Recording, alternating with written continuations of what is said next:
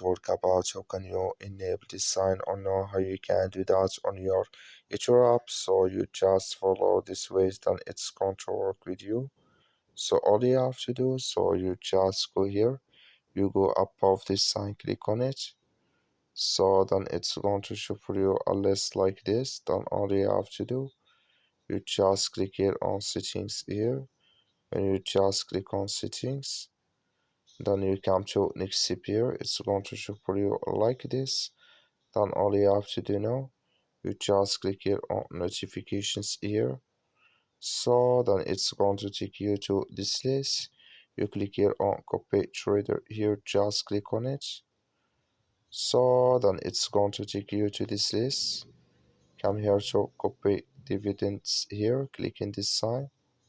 Like you see, this color show for us, that's mean it's enabled with us now. That's all you have to do. Thank you for watching. Don't forget to support us by liking, subscribe.